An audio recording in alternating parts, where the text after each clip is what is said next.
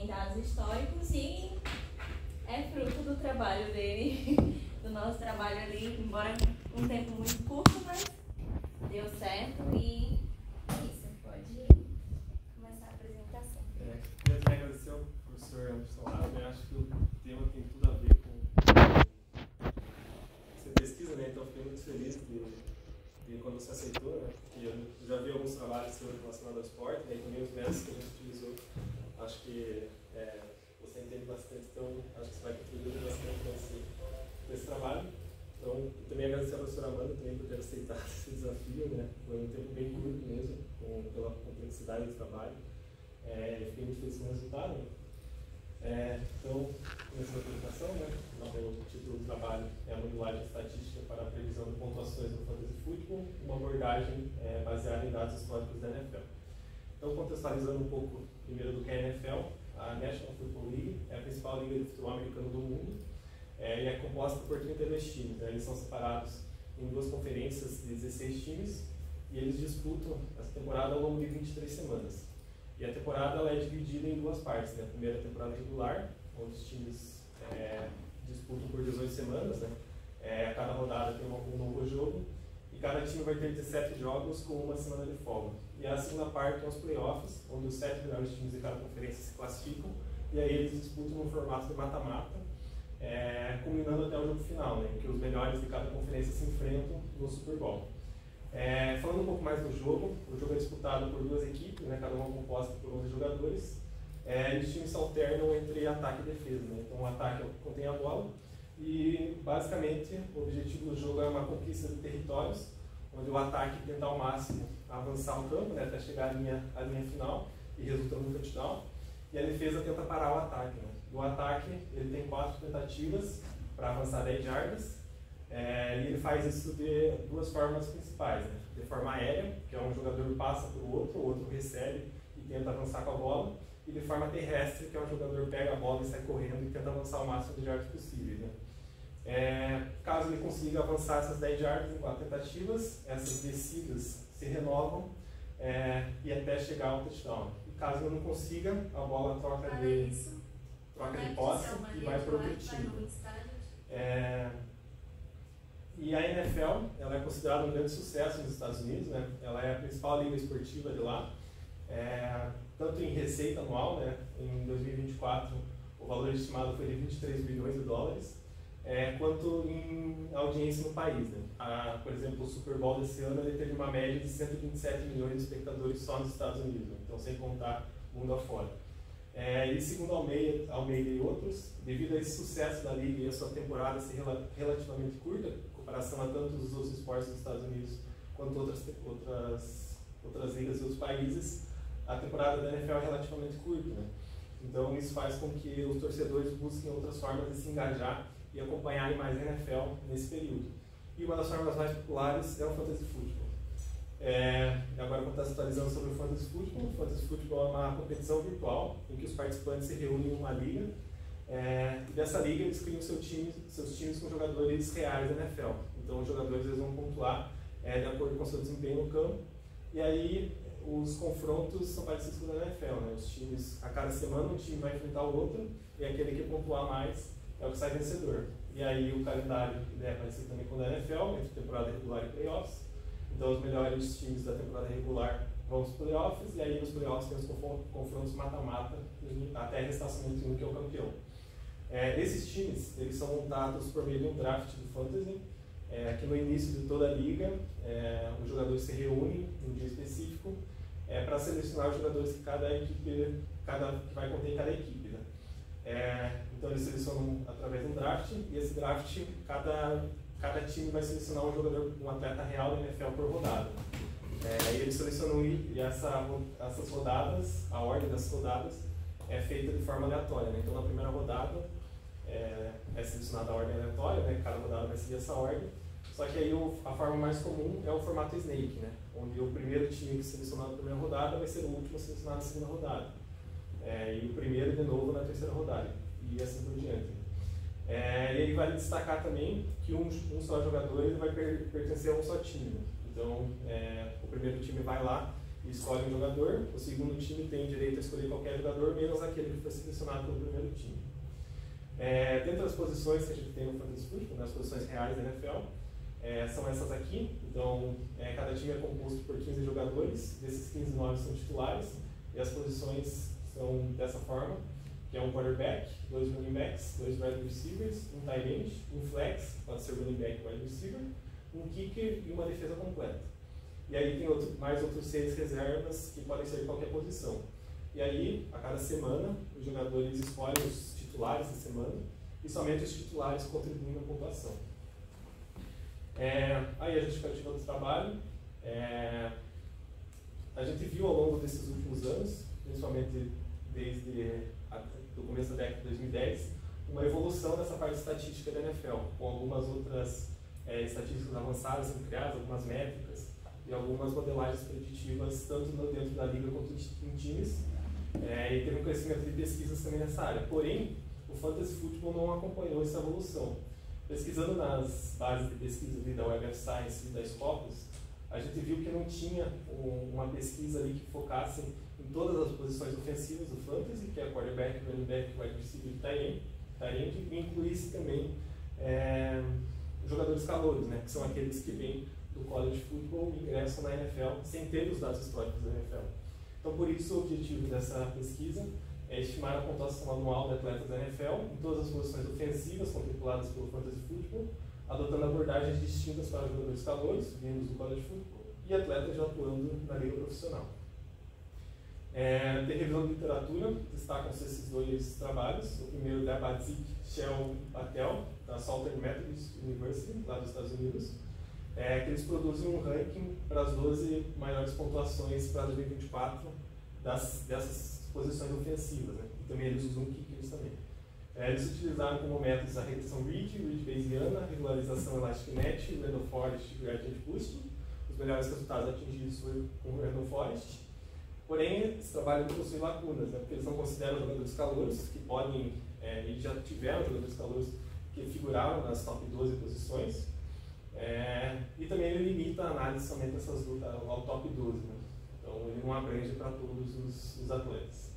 E esse outro trabalho, de Morgan e outros, também da Southern Methodist University, que ele busca identificar jogadores subvalorizados no Fantasy, né? Ele coloca que esses jogadores subvalorizados são aqueles que são selecionados após a 4ª rodada do Fantasy e que terminam no top 20 de suas respectivas posições, né? E aí, nesses casos, eles consideram jogadores calouros, sem os dados da NFL. Porém, eles foram muito limitados a somente running backs e wide receivers, né? Eles não abrangeram para todas as posições ofensivas. E assim, eles tiveram alguns resultados bem legais ali com regressão laço, Random Forest e Active Boost. Então, partindo agora para o nosso trabalho, os materiais utilizados foram de 3 fontes principais ali. Primeiro, os dados do college, que a gente extraiu com o pacote CFP FastR. Ele contém as estatísticas históricas e informações dos jogadores desde 2024. Então, são 2 bases de dados extraídas, né? A primeira a respeito das estatísticas anuais dos jogadores, então por temporada, né? Cada liga é uma temporada do jogador, e as informações pessoais dos jogadores, né? Então, tem o elenco dos times, das universidades, e com algumas informações a mais dos jogadores ali. Porém, esses dados vão ter uma certa limitação, que é a respeito de algumas universidades menores, né? Ele tem dados completos ali das universidades maiores, do college football, das principais conferências que tem no college football, mas em algumas universidades menores não tem. Isso não é tanto um problema porque para essas universidades menores os jogadores que chegam à NFL são mais raros, né? E também que pontuam no Fantasy.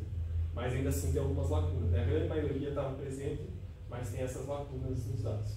E também foram extraídos os dados da NFL, que é utilizando o pacote NFL FastR. E aí a gente tem também as estatísticas históricas e informações em 2 bases de dados diferentes desde 1999. Esse conjunto de dados é mais completo, né? Tem de todos os times, de todas as temporadas desde 1999. E ele também tem algumas estatísticas adicionais em relação ao college que a gente conseguiu utilizar aqui no trabalho. Aí outra base de dados auxiliar que foi extraída foi em relação aos dados de draft da NFL, e aí não confundir com o draft do Fantasy, né? Esses são drafts da NFL, que é a forma que os jogadores saem do universitário e vão para a NFL. Então é parecido com o Fantasy, né, o conceito. Os times lá, em 7 rodadas, eles se distribuem para selecionar jogadores. Só que aí, no caso, o pior time seleciona primeiro e o campeão do Super Bowl seleciona por último, né? E essa ordem se mantém para todas as 7 rodadas. Esses dados são extraídos com o pacote NFL ReadJar e tem os dados da NFL, do draft da NFL, né? Então a gente conseguiu trazer ali algumas informações de quando o jogador é selecionado e como ele é avaliado pelos times da NFL saindo do college. Aqui eu trouxe como funciona a nossa variável de resposta, né? Ela é calculada com algumas variáveis que a gente usa e somada no final. Então são basicamente essas 3 formas que os jogadores têm de pontuação.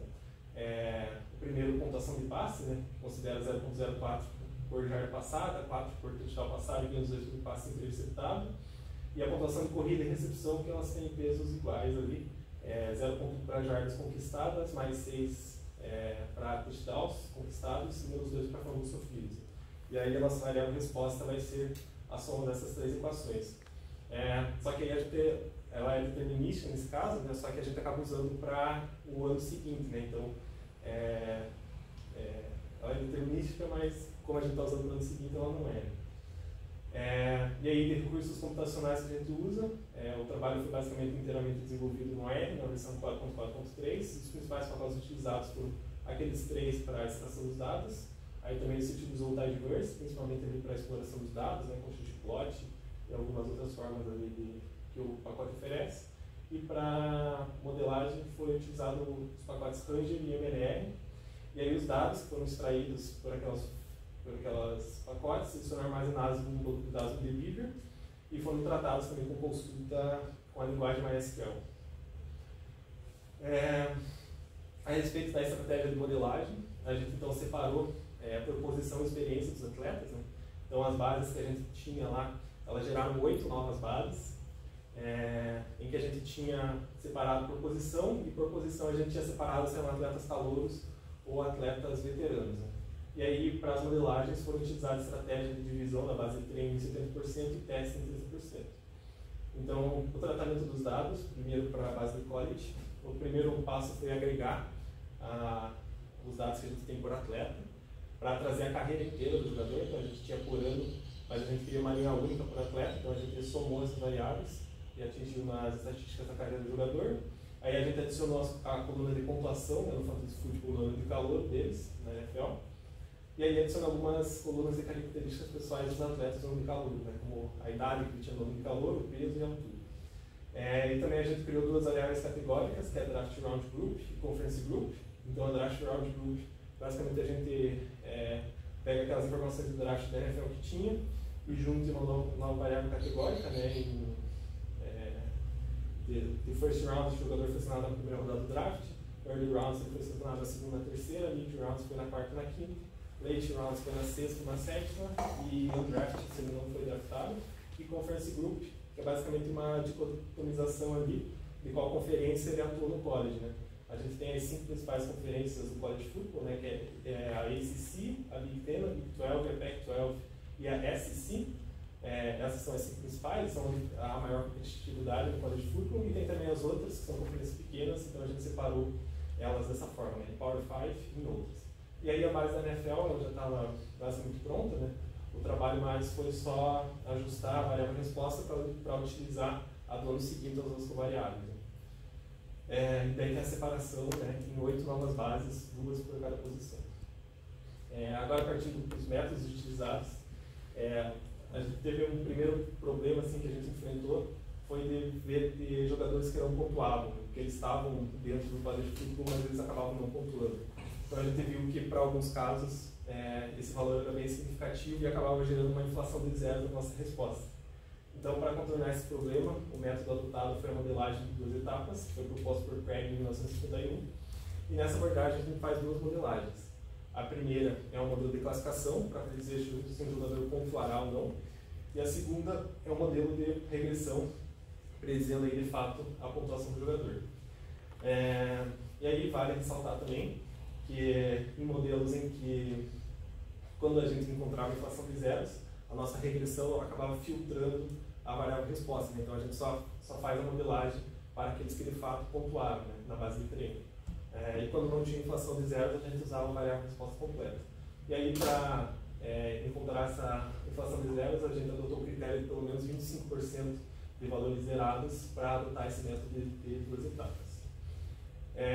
Agora, partindo para as estratégias, os métodos e estratégias que a gente usou para a modelagem, o primeiro é a parte de modelos lineares generalizados, né, que foi proposto por Nelder e Wedderburn em 1962, que a gente constrói uma relação linear entre o preditor e o parâmetro de descrição da resposta por meio de uma função de ligação. Então, a gente tem a equaçãozinha ali da forma que fica a nossa modelagem.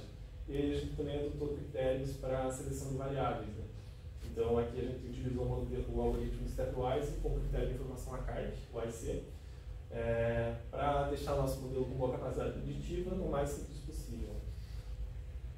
Então, como a gente adotou essa parte de modelagem de 2 etapas, tem tantos métodos de classificação quanto de regressão. O primeiro é de classificação com modelos lineares generalizados, que foi utilizado o modelo de regressão binomial, também conhecido como modelo de regressão logística, e ele segue essa relação, né, em que a variável resposta é condicional às covariáveis, ele segue uma distribuição normal, e as funções de ligação utilizadas foram a logito e a probito. Já na regressão, a gente utilizou modelos de regressão gama, que eles são ideais para lidar com modelos com dados contínuos, assimétricos e positivos, que é o caso da maioria das variáveis de resposta que a gente encontrou, né? Portanto, mas vale ressaltar aqui também que esse método só foi utilizado quando a gente encontrava a inflação de zeros na resposta, porque aí os zeros eram removidos do modelo de regressão e a gente conseguia modelar a regressão gama, né? Porque ela precisa que os dados sejam positivos. Quando não havia inflação de zero na resposta, a gente teria zero no nosso modelo de regressão e, portanto, eles não foram utilizados. O modelo é expresso da seguinte forma, né, em que a variável resposta condicionada às covariáveis segue uma distribuição gama, e como função de ligação, a gente utilizou as funções logarítmica e a inversa.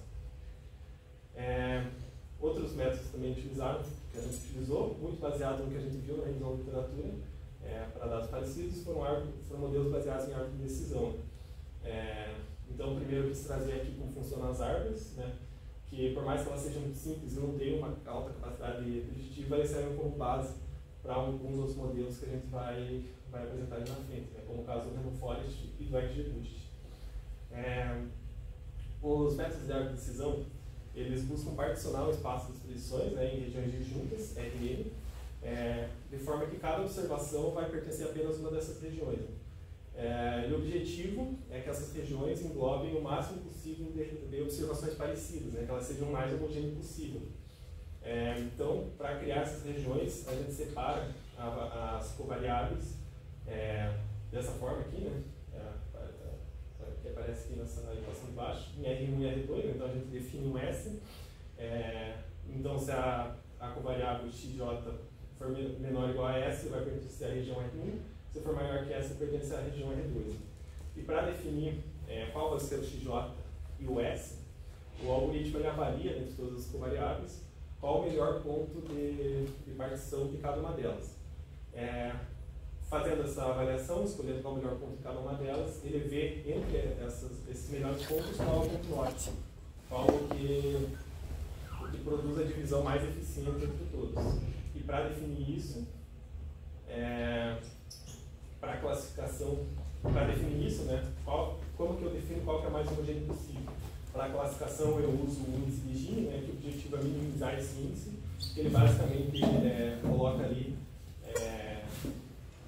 que PK é a proporção, né, de classes, da classe K. Então eu quero que essa proporção seja o máximo possível, né, para reduzir esse índice de Gini. E para casos de regressão, o objetivo é minimizar a soma dos quadrados resíduos, né? Então, que a minha observação menos a média, as minhas observações menos a média, seja o menor resultado possível.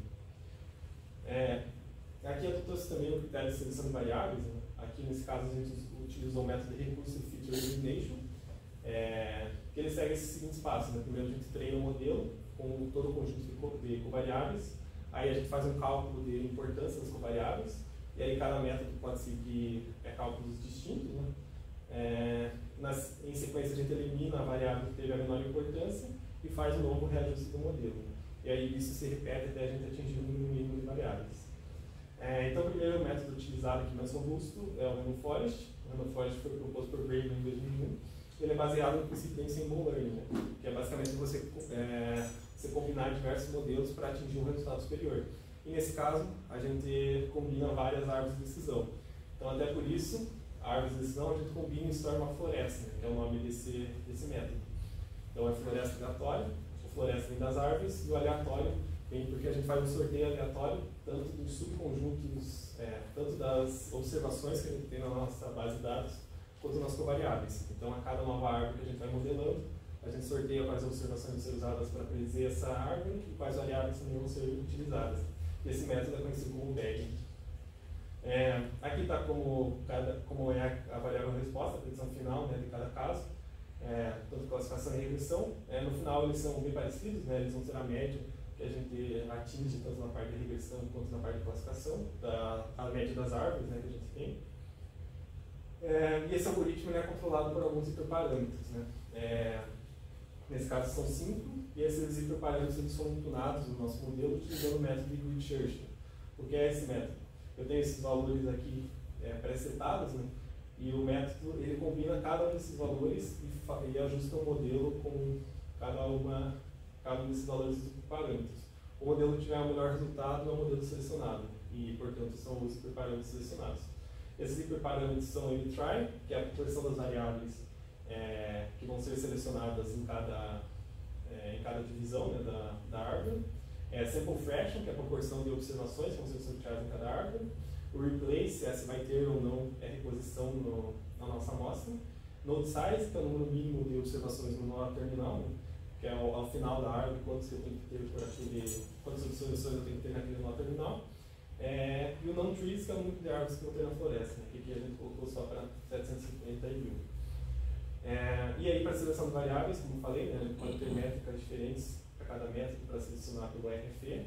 Aqui a gente utilizou o MDI, né, que é o Mean Decrease Impurity, que basicamente contabiliza quantas vezes uma variável é utilizada para fazer a divisão dos nós da árvore e quanto que ela está reduzindo na nossa impureza das árvores da floresta. O próximo método utilizado, também baseado em árvores, é o XGBoost. Ele foi introduzido por Shane e Guest em 2016. Ele basicamente é uma versão otimizada do algoritmo de Gradient Boosting, né, que foi proposto por Friedman em 2001.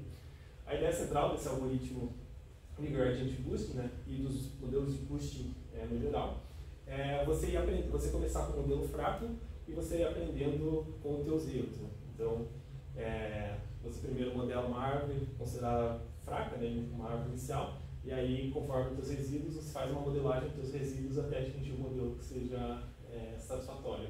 No caso do Gradient Boosting, a gente faz essa modelagem olhando para o gradiente dos erros. Né? Então, ele já vai direto para onde os erros estão reduzindo mais. Né? Então, ele já é um algoritmo otimizado em relação aos modelos de boosting.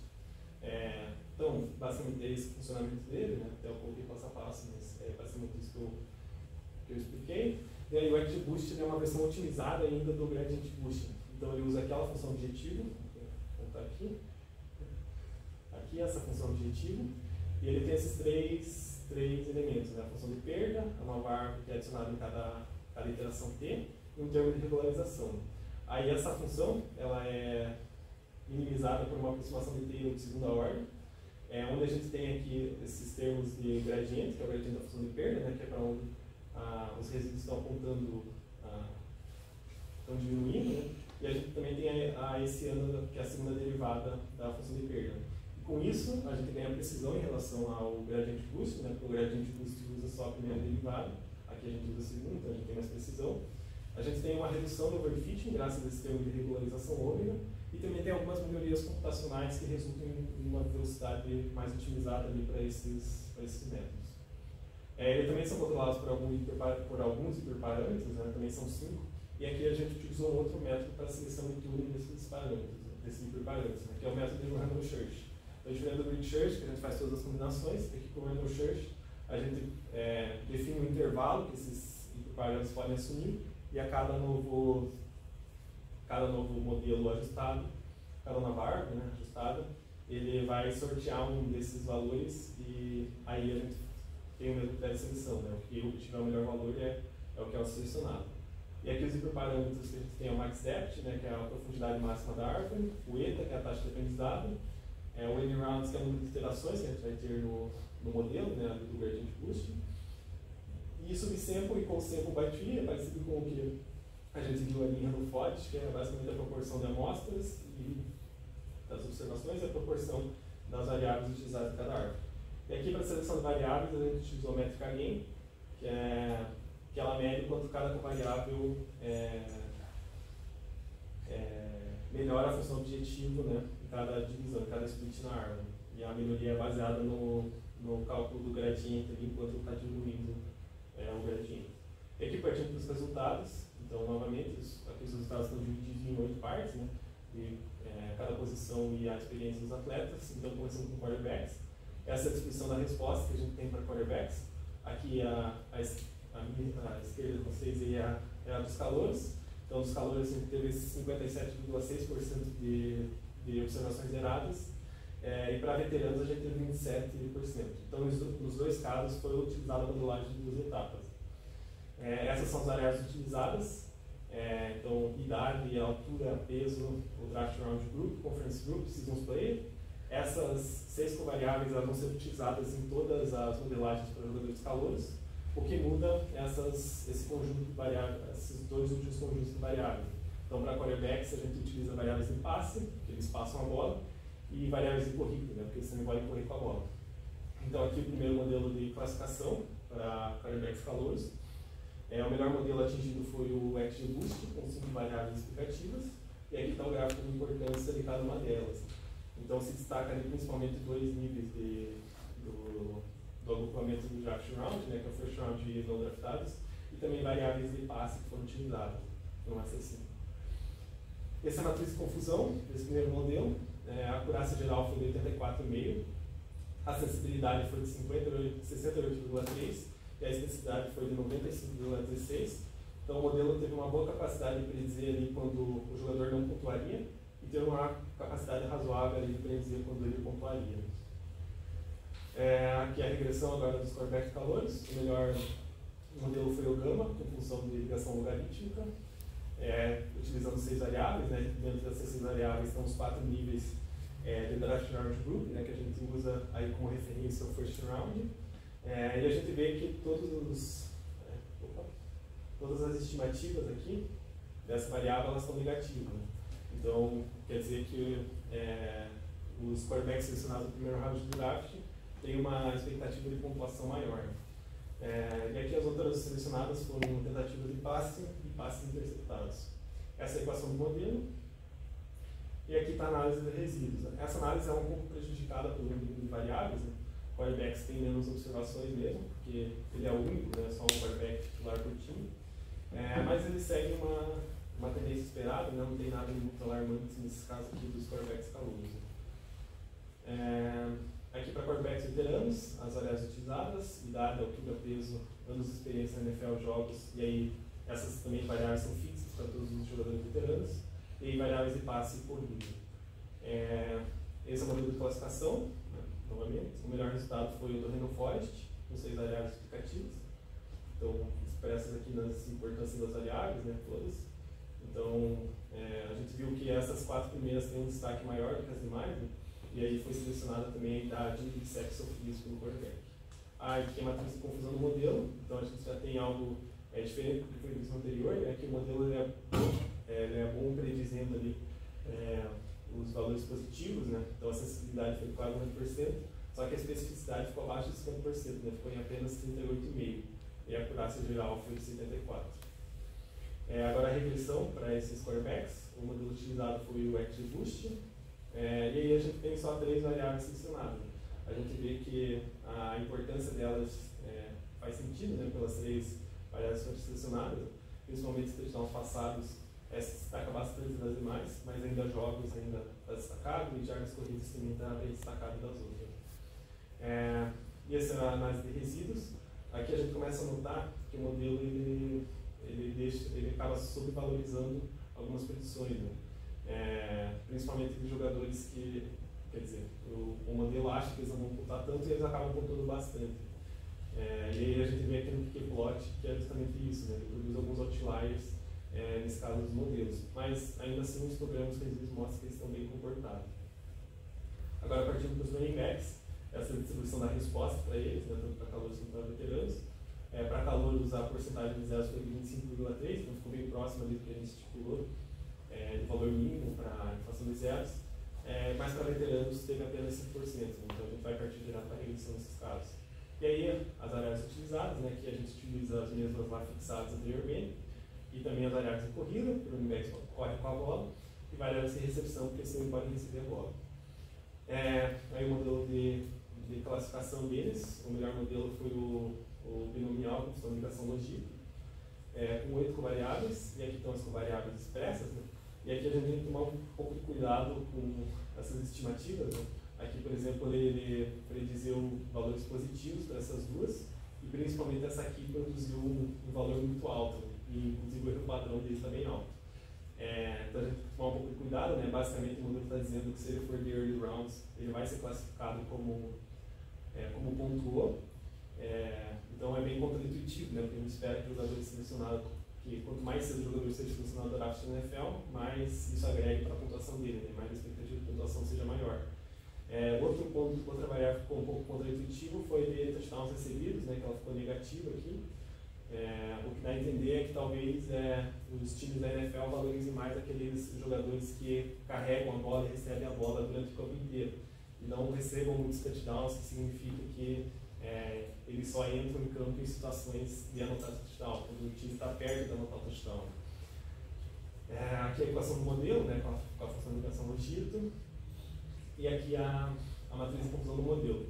Então, de novo, a gente tem uma matriz de confusão bem desequilibrada, a gente tem uma sensibilidade bem alta, de 92,3%, mas uma especificidade ali perto de 50%. E aqui está a regressão, partindo direto agora para a regressão dos running backs calouros.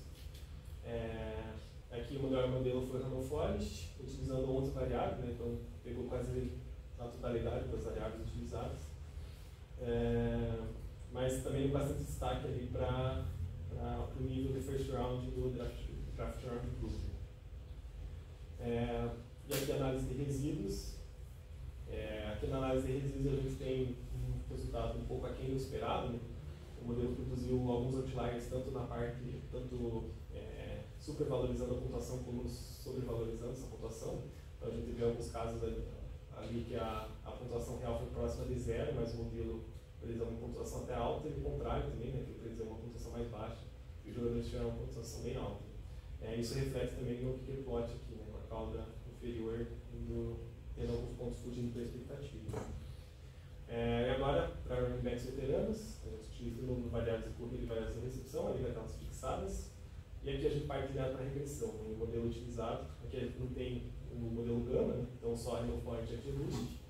E o melhor modelo, os dois modelos ali tiveram resultados parecidos, né? Mas o melhor ainda foi o T-List, com 9 variáveis selecionadas.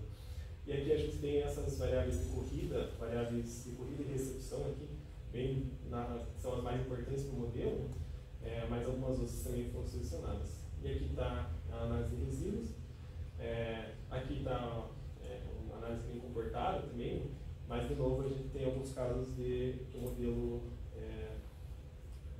acaba subvalorizando ali a pontuação dos jogadores.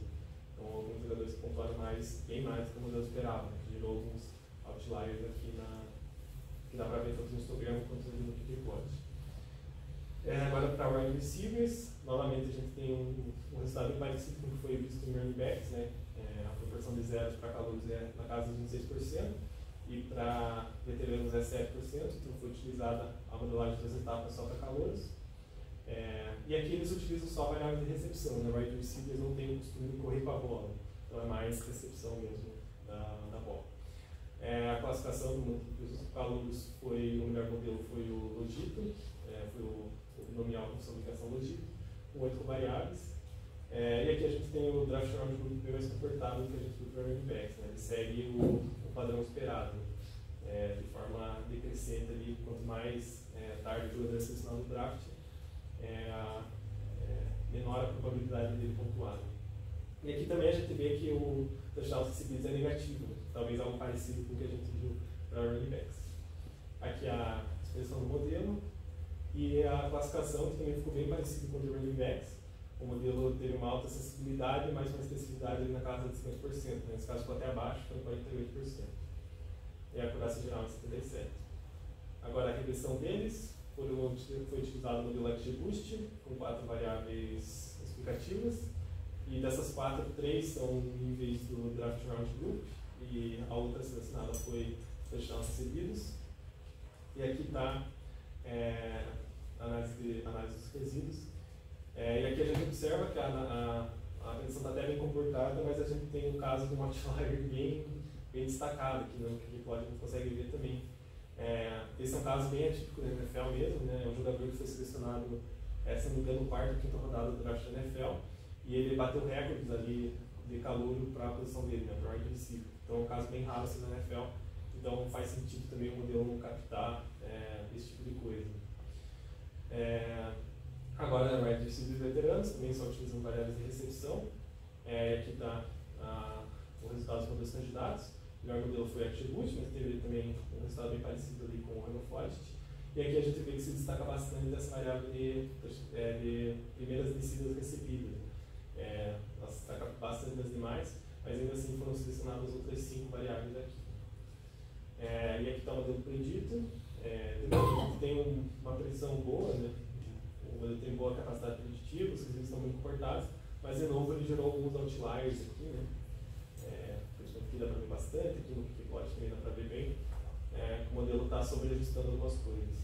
Aqui a posição final, que é Tyrants, de novo uma distribuição bem parecida. A primeira, para calouros, tem 27,5% de zeros, e para veteranos tem apenas 7,6%. E eles usam as mesmas variáveis que para o wide receiver, lançamento e recepção. A classificação deles foi, o melhor modelo foi XGBoost, com apenas 4 variáveis, e a gente consegue ver essas variáveis bem destacadas aqui no gráfico de importância. Aqui a classificação na matriz de confusão do modelo, a gente vê já algo bem mais comportado do que a gente viu nas anteriores, né? A acessibilidade e a especificidade ficou bem equilibrada, a acessibilidade ainda é mais destacada, mas a especificidade ficou na casa de 74%. E a regressão para eles, a gente utilizou o Renoforest com 12 variáveis explicativas, né? Então ficou bem próximo aqui, usou quase a totalidade das variáveis, é só o nível de late rounds do draft order que não foi selecionado. E aqui a análise de resíduos ela é mais estranha do que a gente viu, né? Mas ela é prejudicada também pelo número de variáveis de observações que a gente tem no modelo. Né? Dá para dizer que os resíduos estão bem comportados, né? Mas ainda assim eles geram alguns outliers, a distribuição ficou meio esquisita aqui, mas também é por conta desse número de observações que a gente tem, nesse caso, que é mais reduzido. E agora para terrenos veteranos, para a gente enviar para a regressão, o melhor modelo foi o XGBoost com 7 variáveis explicativas. Então também tem um destaque aqui para testar as primeiras descidas recebidas, né, pelo jogador. E aqui a predição do modelo. Aqui a gente vê o Wikplot bem saindo aqui no final, né, do esperado.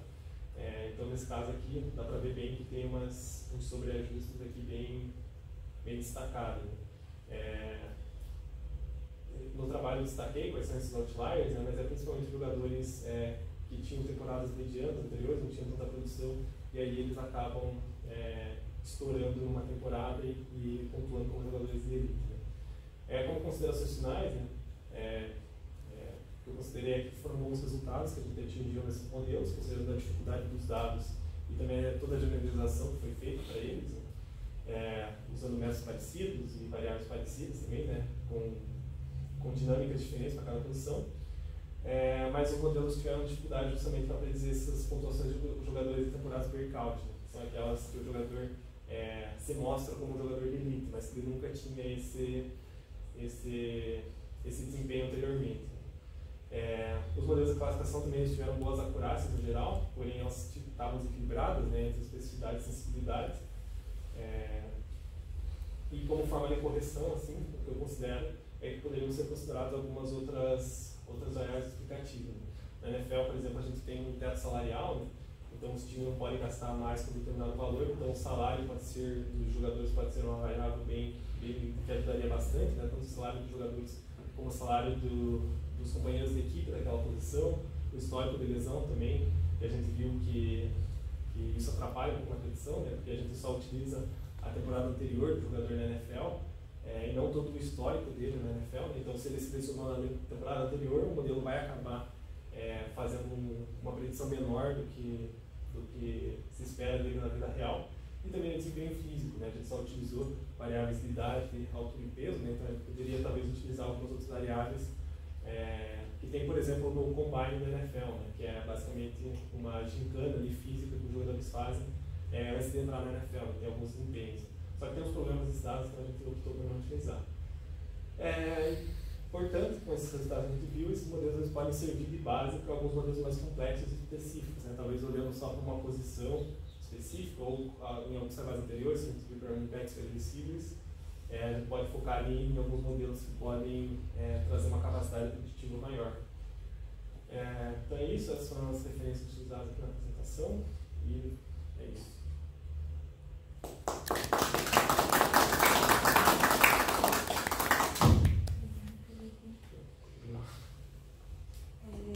Eu vou passar a palavra para o Anderson. Maravilha. Obrigado, Amanda. Obrigado, Felipe, pelo convite. Parabéns pelo trabalho. Acho que é um trabalho bastante... Deu para ver que você fez bastante coisa, né? Trabalhou aí com quase toda a bagagem, né, de modelagem, né, que o curso oferece, né? Aplicou métodos de aprendizagem magra, aplicou os métodos tradicionais, né, paramétricos, né, de emergir, né? E acho que de uma forma geral, né, como um trabalho de conclusão de curso, está um pouco acima do esperado. Tá? Então, né, parabéns sobre o trabalho feito. O que eu vou fazer algumas perguntas, alguns comentários, é mais no sentido de melhorar a versão final do texto. Tá? Primeiramente, você nunca fez disciplina comigo, né? Eu não estou me recordando. Eu acho que eu fiz extensão de modelos de regressão com você. É mesmo? Mas faz tempo, né? Mas... Só não tem tempo, não. Perfeito. Era online ainda. Então isso foi 2021. 21, 22, 22 primeiro semestre que eu fiquei online. Mas maravilha.